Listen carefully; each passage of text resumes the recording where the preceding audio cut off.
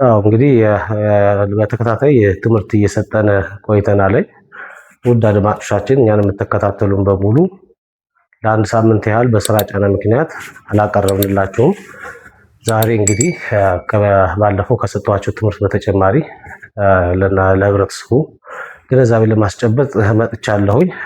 ስላለፈው ረዥም ሰዓት በመጥፋታችን ይቅርታ እየጠየቅን ዛሬ እንግዲህ ሁላችሁም ላይክ ሼር ማድረጋችሁን እንዳረሱ ለሁሉም ሰው እንዲደርስ ነው የምንፈልገው። ጤና ቤት ለቤቶች ነን። እንግዲህ ዛሬ በሰፊው ነው ወራራችሁ እንግዲህ ስለ ጨጓራ ህመም ነው። ስለ ጨጓራ ህመም በእድሜ ከፋፍዬ ነው ማስረዳችሁ። ዛሬ የሚቀርበው ይቀርብላችኋል። ከዛ በቀጣይ ተከታትዬ ስለ ጨጓራ ህመም ጠቅላላ ግንዛቤ ላስጨብጣችሁ ፈልጋለሁኝ። እንግዲህ በህፃናት ላይ ገና ህፃናት እንደተወለዱ ጀምሮ እስከ 10 ዓመት ድረስ ያሉ ህፃናት ላይ ሊከሰት የሚችል የጨጓራ ህመም፣ ከ10 ዓመት ጀምሮ እስከ 22 ዓመት ድረስ ያሉ ልጆች ላይ ወይም ወጣቶች ላይ ሊከሰት የሚችል የጨጓራ ህመም፣ ከ22 ዓመት ጀምሮ እንግዲህ እስከ 40 ምናምን ዓመት ድረስ እስከ 45 ዓመት ባለው ደግሞ ጎልማሳዎች ላይ ሊከሰት የሚችል የጨጓራ አይነት፣ ከዛ በኋላ ደግሞ አዛውንቶች ከ45 ዓመት በላይ ለሆኑ ሰዎች ላይ ሊከሰት የሚችለው የጨጓራ አይነት ብዬ በከፋፍየዋለሁ። ይሄንን እንግዲህ ዛሬ የሚቀርበው ይቀርብላችሁና በቀጣይ ይሄንን ተከትዬ ነው ላቀርብላችሁ የሚችለው። እንግዲህ አጠቃላይ ስለ ጨጓራ ስናወራ እንግዲህ ጨጓራ ህመም የጨጓራ የውስጠኛው የሰውነታችን አካል ሲጎዳ ማለት ነው።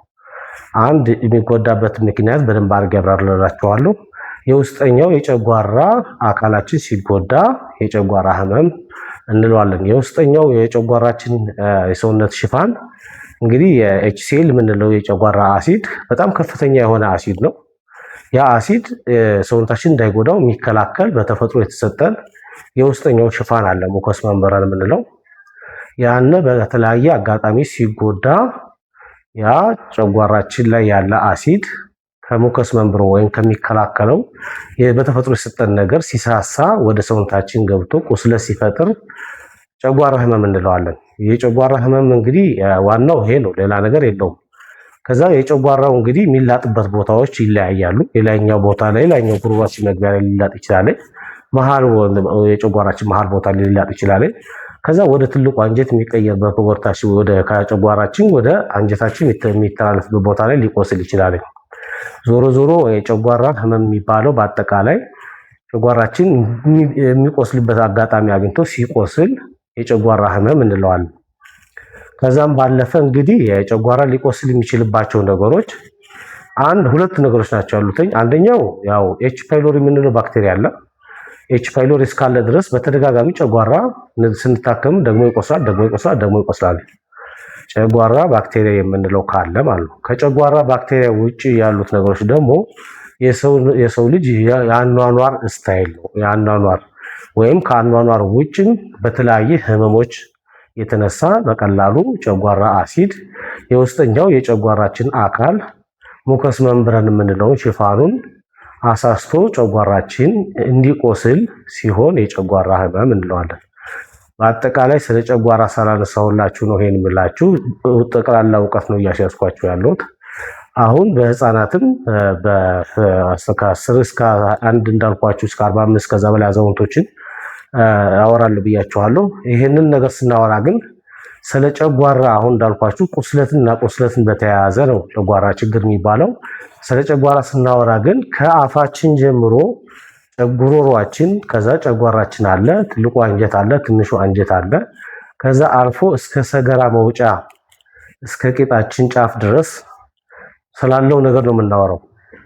ስለ ጨጓራ ሲወራ ስለ ጨጓራ ብቻ ማውራት አይቻልም። ስለዚህ ከአፋችን ላይ ጀምረን ጉሮሯችን አለ፣ ከዛ ጨጓራ አለ። ጨጓራችን እንደጨረስን ደግሞ ከጨጓራ የተፈጨው ደግሞ ወደ ትልቁ አንጀት ወደ ትንሹ አንጀት እያለ እስከ ሰገራ መውጫ ድረስ በሙሉ ከጨጓራ ጋር የተያያዘ ችግር ስለሆነ ስለ ጨጓራ ስናወራ ይሄን ሁሉ ነው የምናወራው። ይሄን ሁሉ ስናወራ እንግዲህ በአዋቂም በህፃናትም አጠቃላይ ከኤች ፓይሎሪ ውጪ ያለው ኤች ፓይሎሪ ባክቴሪያ ነው። ባክቴሪያው እስካልጠፋ ድረስ እሱ ነገር የጨጓራ ቁስለት አይጠፋም። ስለሱ በደንብ አድርጌ አብራራለሁ። ከዛ ከጨጓራ ባክቴሪያ ውጭ ያለውን በደንብ አድርጌ አብራራላችኋለሁ። ከዛ በተረፈ ስለ ጨጓራ ባክቴሪያ አቀርብላችኋለሁ። ጨጓራ ከህፃንነት ጀምሮ እስከ እውቀት ድረስ እስከ አዛውንት እስከምንሆን ድረስ ጨጓራ ህመም አለ። ስለዚህ ይሄንን በእድሜ ከፋፍዬ ስላቀረብኩላችሁ ይዤላችሁ ስለመጣሁኝ ሁላችሁም ተከታተሉኝ። ላይክ አድርጉ፣ ሰብስክራይብ አድርጉ፣ ሼር አድርጉ ለሁሉም ሰው እንዲደርስ።